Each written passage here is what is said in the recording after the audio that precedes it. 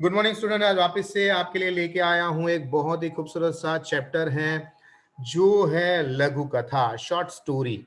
वैसे short story टूकी वार्ता या नवलिका को कहते हैं, और यहाँ पर ये जो नवलिका नहीं है, ये टूकी वार्ता भी नहीं है, इसको कहेंगे लघु कथा।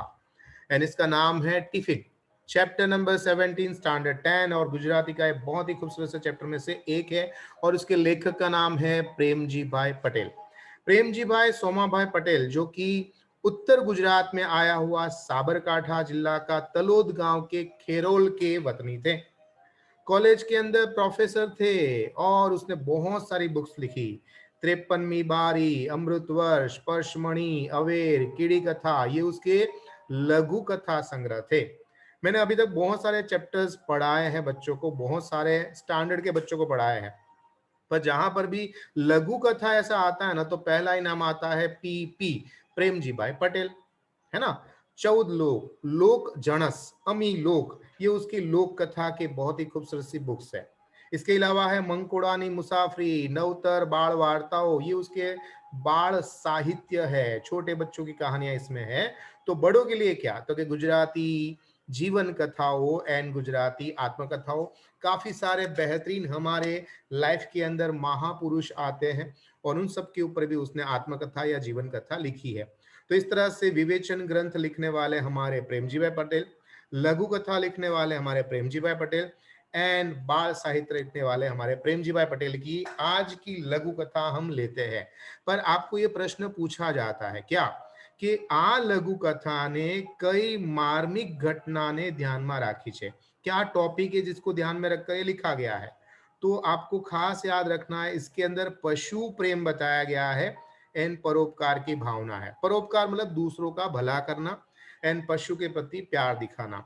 इस टॉपिक को ध्यान में रखकर आज की जो लघु कथा है वो आपके सामने ली गई है। तो पहले उसको देखते हैं, फिर वापस से हम आपको बताते हैं क्या है। तो यहाँ पर ऐसा है कि प्रेमजी भाई पटेल के घर के बाजू में रहती है एक बूढ़ी अम्मा, एंड ये जो बूढ़ी अम्मा है उसका नाम है अमथी माँ। ठीक है। तो हुआ ऐसा कि प्रेमजी भाई पटेल ने बोला कि देखो अमथी माँ, तो कि हाँ, गांव के अंदर बहुत बड़ा जलसा होने वाला है, उसमें बहुत सारे लोगों को इनवाइट किया है, पर आप क्या हो, बूढ़े हो, तो आप आना मत। मैं आपके लिए बहुत ही बढ़िया टिफिन लेके आऊंगा, उसमें सारा आपका सामान डाल दूंगा, आप टेंशन मत लेना। और आप है ना, जो बैठ के आप वो रोटला घड़ते हो ना, टप टप टप टप करके, तो के हाँ, वो रोटला भी मत घड़ना, आपकी आंखों को शांति मिलेगी और धुआं भी नहीं लगेगा। मुझे कितना भी काम होगा ना, तो भी अमथी माँ, मैं आपके लिए टिफिन लेके जरूर आऊंगा। ऐसा प्रेमजी भाई पटेल ने बाजू में रहने वाली ये अमथी माँ को बोल दिया। अब देखते हैं यहाँ पर गुजराती में क्या लिखा है।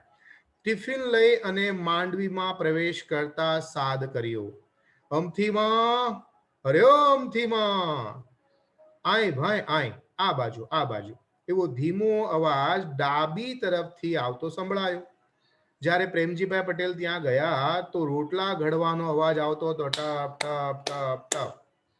અને એ સમયે પ્રેમજીભાઈ પટેલને આવ્યો ગુસ્સો। આ ડોશી તો ખરા છે ભાઈ, હું કહીને ગયો હતો કે હું તમને જાતે આવીને ટિફિન આપી જઈશ, ભલે મારે ગમે તેટલું કામ હોય તો પણ। અને ડોશીમાં જો રોટલા ઘડવા બેસી ગયા। જમણવારની ગમે તેટલી ધમાલની વચ્ચે પણ હું એની માટે ટિફિન લઈને આવ્યો, પણ આ ડોશીમાં જો પોતાનું કામ બંધ જ ના કરે બસ। એક દિવસ પૂરતા જો ધુમાડામાંથી બચે તો અમથીમાં, જેનું નામ, બસ આવું જ કામ કર્યા રાખે। આમ આપણા પ્રેમજીભાઈ પટેલને આવ્યો ગુસ્સો। તો એ જઈને કહ્યું, એમને જઈને કહ્યું કે હે માજી, હું તમને કહ્યું હતો કે ગમે તેવું થાય હું તમારા માટે ટિફિન લઈ આવીશ, તો પછી કેમ તમે આ રોટલા ઘડવા બેઠી ગયા? જો આ તમારી માટે હું ટિફિન લઈને આવ્યો। તો અમથી માએ કીધું, હા તે સારું કર્યું બેટા, તો આ રોટલા ઘડવાનું વૈતરું, મતલબ આ ગધા મજૂરી આપ ક્यों कर रहे हो, શા માટે કરવા બેઠા? તો એ સમયે અમથી માએ તેની સામે જોયું અને હળવાશથી કહ્યું, શું કહ્યું જાણો છો? કે જો બેટા, હું ધરાઈ જાઉં છું, મારી સામે આ જો બેઠી કાળવી છે, આ કાળવી કૂતરી, અને આ ગોરવી ગાય છે, તેને હું શું જવાબ આપીશ? હું મારું પેટ તો ભરી લઈશ, પણ આ બંનેના પેટ પણ મારે જ દરરોજ ભરવાના હોય છે। આ પરોપકારની ભાવના, આ પશુ પ્રત્યેનો પ્રેમ એ અમથીમાં ઘરના વડીલો પાસેથી તે બાળકોને મળે છે। માજીનો ઈશારો ક્ષણેક વીત્યા બાદ મને સમજાયું કે વાહ, કાળવી કૂતરી અને ગોરી ગાય નહીં, પરંતુ લગભગ આ અમથીમાના કુટુંબીજન જેવા જ છે કે જ્યારે એમને ખાવાનું મળે અથવા એમને ખાવાનું આપે પછી અમથીમાં ખાય. અટકીને વળી પાછા અમથીમાં કહે, બે જીવ નેહાકા નાખે, જો એ બંને ભૂખ્યા હોય અને એ જો નિશ્વાસ નાખે તો મારું ખાધેલું ભાઈ ખરાબ થાય. આમ પહેલા એમનું ભોજન પછી મારું ભોજન. તું મારી માટે તો ટિફિન લાવ્યો હશ ભાઈ, પણ મારે એમનું તો ટિફિન બનાવવું જ પડે ને. ડોશી જાણે પોતાના કુટુંબીજનોની વાત કરી રહ્યા હોય તે રીતે બોલ્યા. આમ સરસ મજાની નાનકડી એવી વાત, પણ સમજવા જેવી વાત એ પ્રેમજીભાઈ પટેલની શ્રેષ્ઠ લઘુકથા નામના પુસ્તકમાંથી લીધેલી છે.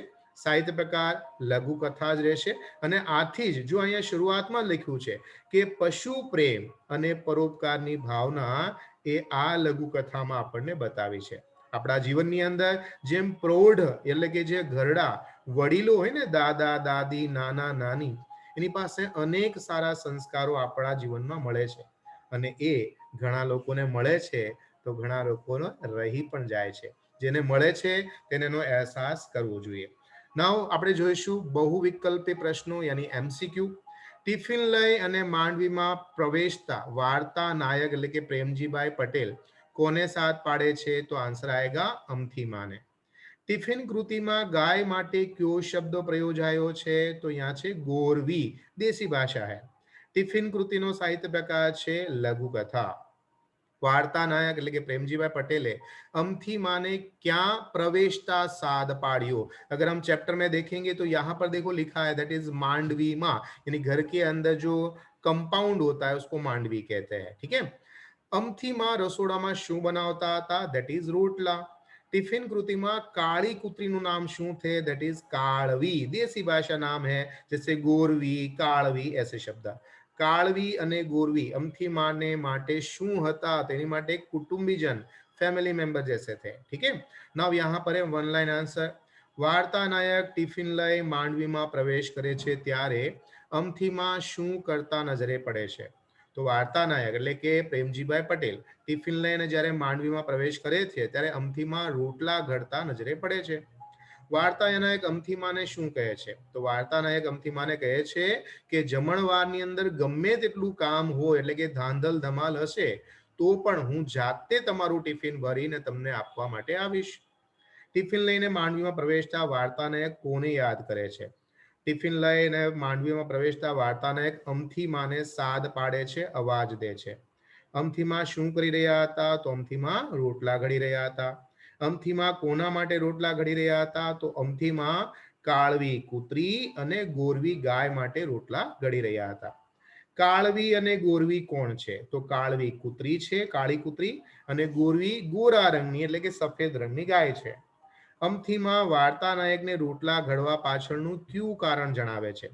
તો વાર્તા નાયકને કહે છે કે બે જીવ યાની કે બે પ્રાણી નિશાસા નાખે, નિશ્વાસ નાખે, એને દુઃખ થાય, એ ભૂખ્યા રહે અને હું ખાઉં તો મને મારું ખાધેલું પચે નહીં ભાઈ, એટલા માટે પહેલા એનું ટિફિન પછી મારું ટિફિન.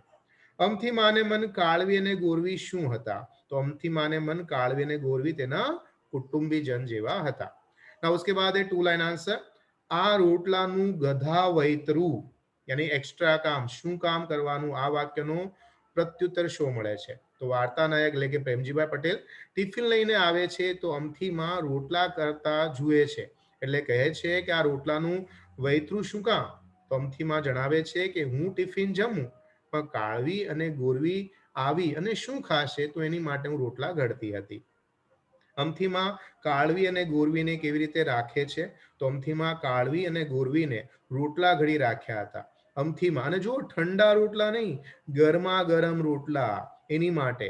આમ અમથીમાં ટિફિન આવવાનું હોવા છતાં પણ આ બંને મૂંગા જીવ ક્યારે આપણને એમ કહે છે કે મને બે રોટલા આપો, મને થોડુંક જમવાનું આપો? નહીં. તો આ બંને મૂંગા જીવને રોટલા ઘડવા માટે બેસી જાય છે.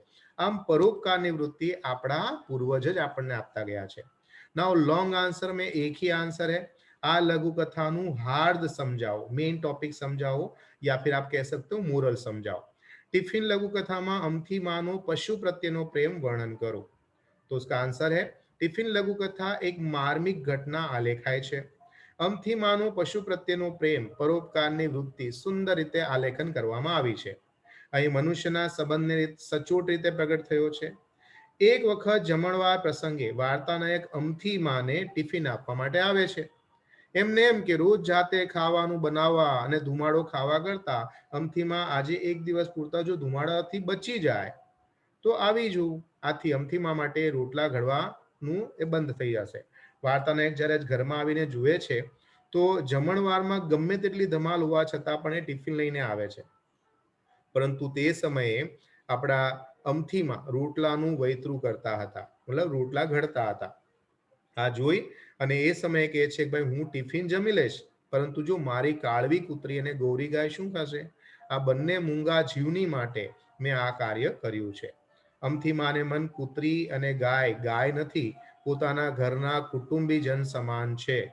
એકલવાયુ જીવન જીવવાથી માની આ વ્યથા લઘુ કથામાં ખૂબ જ સુંદર રીતે વર્ણન કરી છે।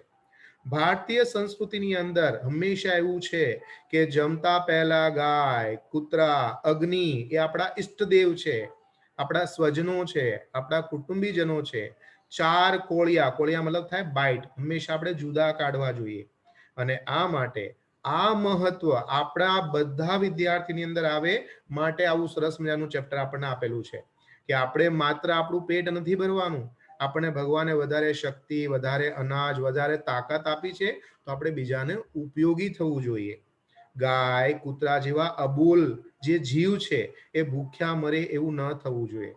આઈ એમ સોરી, પણ આપણે એ વાતની પણ અહીંયા વાત કરવી જરૂરી છે કે સુરત મ્યુનિસિપલ કોર્પોરેશન એસએમસી પહેલા બહારની સાઈડમાં કચરાના ડબ્બાઓ રાખતી હતી। જ્યારે ગાય અને કૂતરાઓ ભૂખ્યા થતા ત્યારે એમાંથી ખાઈ લેતા, પણ હવે 2 વર્ષથી અથવા તો લાસ્ટ યરથી એ કચરાના ડબ્બા ગાયબ કરી દીધા। તો હવે જે ભટકનારા આપણા ખાસ મિત્ર, વફાદાર મિત્ર, આપણા પ્રેમાળ મિત્ર હે ને, તે ગાય અને કૂતરાઓનું શું થાય છે? આજે એ અનેક રીતે ભૂખ્યા મરે છે। ઠંડીમાં ચલાવી લે, ગરમીમાં ચલાવી લે અને ચોમાસામાં પણ ચલાવી લે, પણ ભૂખ એ બહુ ભયંકર છે। તેની વિશે પણ આપણે પહેલા વિચારવું જોઈએ। ટિફિન લઘુ કથામાં આપણા જીવની જીવદયાની ભાવના વિકસાવવાની વાત કરી છે। આપણી આસપાસ પશુ પક્ષી હોય તો એને ચણ નાખવાનું કામ આપણે કરવું જોઈએ, પાણી પીવડાવવાની વ્યવસ્થા કરવી જોઈએ। અને આ લઘુ કથા ભલે લઘુ છે, નાની છે, પણ ખૂબ મોટી કથા આપણને કહીને જાય છે। આગળ લઈએ વ્યાકરણ શબ્દાર્થ। સાદ એટલે અવાજ, ઈશારો એટલે સંકેત, આય મતલબ આવ, ભય મતલબ ભાઈ, નેહાકા નાખશે, નિશાસા નાખશે, ધરાય જવું, તૃપ્ત થઈ જવું। સમાનાર્થી શબ્દ સાદ, અવાજ, રવ, દિવસ, દિન, દહાડો, ઈશારો, સંકેત, ઇંગિત, ઓપોઝિટ સવાલ જવાબ, દિવસ રાત, ધીમો, ઝડપી। તળપદા શબ્દ આય, આવ, ભય, ભાઈ। રૂઢિપ્રયોગ છે 2, લાગી આવવું મતલબ દુઃખ થવું અને હૃદયમાં ઘા થવો, તીવ્ર દુઃખની અનુભૂતિ થવી। શબ્દ સમૂહ છે ઘરની આગળ ઊંચી બેઠકને કહેવામાં આવે છે માંડવી યા રવેશી। પરાણે કરવામાં આવતું કામ એને કહેવામાં આવે ગધા વૈતરું અથવા માત્ર વૈતરું કહી શકાય। નેક્સ્ટ આપણે છે પોએમ, તેનું નામ છે લઘુ કાવ્ય, જે નંબર છે 18। તેની અંદર ટોટલ 5 કાવ્ય છે અને નાના નાના હોવા છતાં પણ એ ખૂબ જ મજેદાર છે। જેમ આજનું ચેપ્ટર મજેદાર છે તે રીતે આ કાવ્ય પણ એટલું જ મજેદાર છે। તો ચાલો તેનો ઇંતજાર આપણે નથી કરવાનો, ફટાફટ તેની વિશે પણ આપણે જોવાનું છે। તો આઈ વિશ તમને આ બધી જ બાબતો યોગ્ય રીતે સમજ આવી હશે। કઈ પણ પ્રકારની મુશ્કેલી હોય તો ચલો ફટાફટ મને પૂછવા